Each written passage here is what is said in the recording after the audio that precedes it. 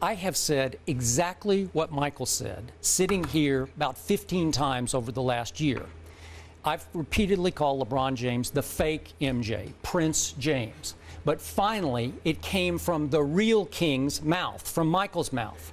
But I know Michael well enough to know that he's extremely media savvy. He's been wanting to say what he just said for about a year, maybe more than a year, and didn't think he could get away with it until now, when even I am shocked at how the world has turned on LeBron James, who's become the most despised guy on the internet now. He's been the brunt of jokes and parodies, and he is Prince James to everyone else now.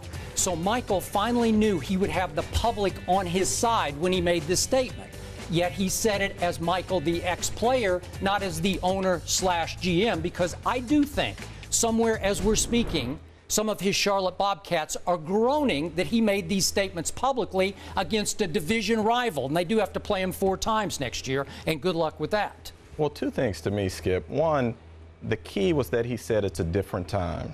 It is a different time, and I think if he had been in LeBron's shoes in this day and age, and he had an opportunity to choose who he wanted to play with, he might have done things differently. I totally disagree. I understand that, and I accept that.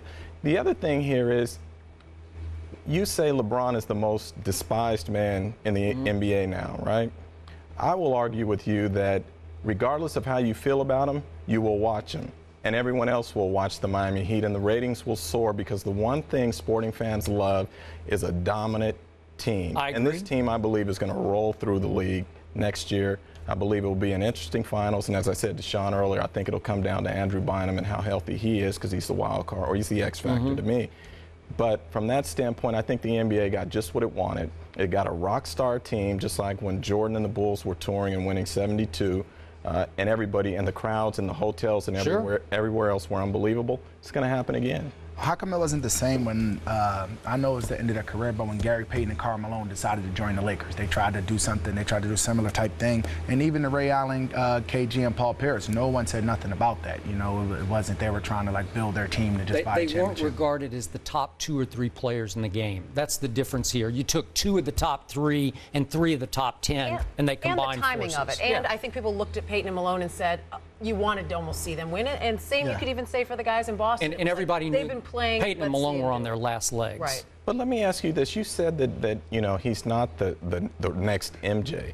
Have you ever heard LeBron say that he wanted to be the next MJ? All he did was choose to wear number 23 and choose to carry on the powder throwing routine. Don't you think any kid yes, he thought he was better. Would want to wear Jordan's number because he thought he was better? He thought he was ready to outdo Michael Jordan. That's what he thought coming in. Trust me on this. And it got so bad, he finally came to the realization, the stark reality between the eyes, that he was a Robin in search of a Batman, that he not only chose not to go to Chicago and live under Jordan's shadow, but he went to Dwayne Wade so that he can win at least 1 ring. And I think he will. And I don't blame him for that. Could he not have won a ring in Chicago? No way.